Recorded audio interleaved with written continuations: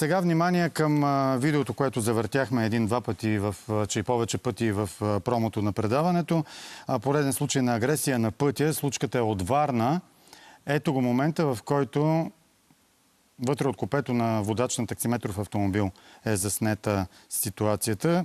Твърди се, че всъщност първо имаме засичане от страна на луксозния автомобил, че засича таксито. По-късно спира насред платното, слиза от колата си с намерение за някаква конфронтация физическа явно, обаче се отказва и влиза и се връща в колата водача на Мерцедеса, след като друго такси също спира и започва да... Ето го момента, може и звук.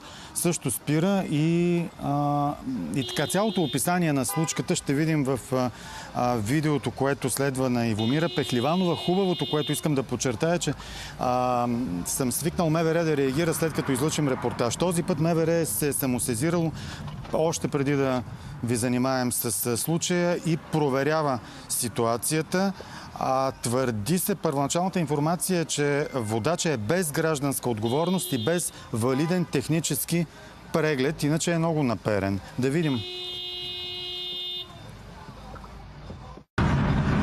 На видео, качено в социалните мрежи, се вижда спорна ситуация на пътя, при която черен автомобил прави опит да се престрои в средната лента пред такси. Колегата с таксито не го е допуснал, което е негово право, защото пък той в последния момент, ако беше се опитал да го допусне, ако беше спрял рязко, може па да образува и ПТП, задния автомобил отзад да го удари. Този арогантен и нагъл шофьор вече го изпреварва от лявата страна и спира пред него рязко, което пък това също е предпоставка и за ПТП.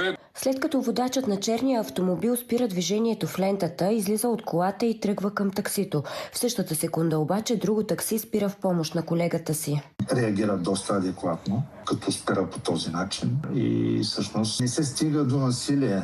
То идеята е да не ескалират нещата. И двамата колеги, двамата водачи са били с клиенти в колите. Той е казал, че би постъпил по този начин и за колега друг, дори да не е от нашата централа. От Организацията за помощ на таксиметрови шофьори СОС Такси правят проверка на регистрационния номер на нарушителя. Справката показва, че към момента на ситуацията той е бил без задължителната гражданска отговорност и без преминат технически преглед на автомобила. Сигнали за това са подадени към органите на реда. Случайно, ако беше станало някакво ПТП с някоя жертва и той няма гражданска отговорност, какво правим в този случай? За да съм сигурен, че нямаше гражданска отговорност до този момент, съм проверил и при колега, който работи в една застрахователна компания и той също ми потвърди, че няма такава гражданска отговорност. Но по последни данни от днеска, вече този водач е направил гражданска отговорност.